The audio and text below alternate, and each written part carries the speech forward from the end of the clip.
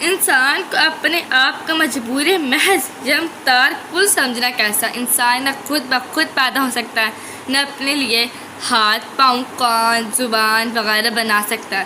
اسی طرح وہ اپنے لیے طاقت، قوت، ارادہ، اختیار بھی نہیں بنا سکتا۔ سب کچھ اللہ نے دیا اور اسی نے بنا دیا، اور وہ اختیار بھی انسان کو بخشا کہ ایک کام چاہے کرے چاہے نہ کرے، چاہے نہ کرے، تو اس ارادہ اختیار کے پیدا ہونے سے آدمی صاحب اختیار ہوا، نہ کہ بے اختیاری اور مجبور ملاچار۔ اسے یوں سمجھو کہ اللہ تعالیٰ نے آدمی کو پتھر اور دیگر جمادات کی طرح بے حرکت نہیں پیدا کیا، بلکہ ایک نور اختیار کیا، اور اسی کے ساتھ عقل بھی دی ہے، اچھے برے اور نفع و نقصان کو پہچان سکے۔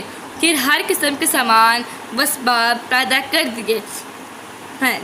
جب کوئی کام کرنا چاہتا تو اس کے قسم کے اسباب مہیا ہو جاتے ہیں، اور اسی بنا پر مواخذہ اور حساب و کتاب اپنے آپ کو بالکل مجبور یا بالکل مختار سمجھنا دونوں گمراہی ہیں۔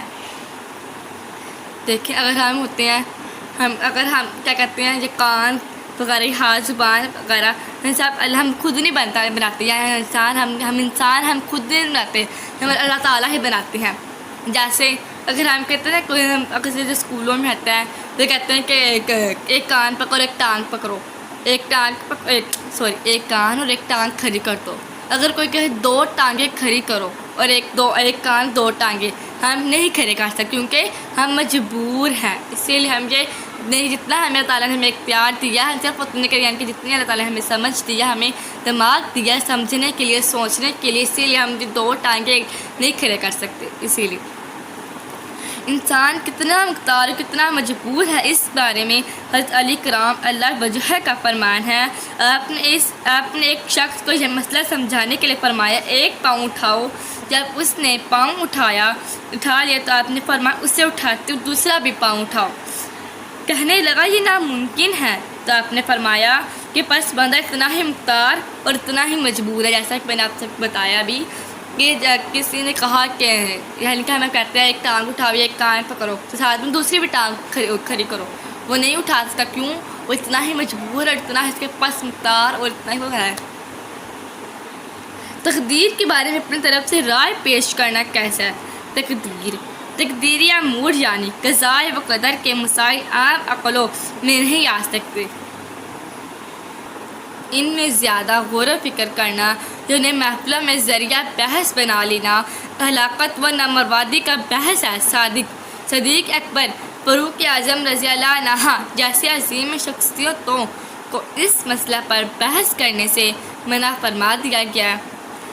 و شمار کسی گنتی میں ہے۔ عقیدہ اہل سنت کا خلاصہ بس یہی ہے کہ انسان نہ پتھر کی طرح مجبور محض ہے کہ اپنے ارادہ اختیار سے کوئی حرکت بھی نہ کر سکے، اور نہ خود مختار و شطر بے مہار ہے کہ جو چاہے کرتا ہے،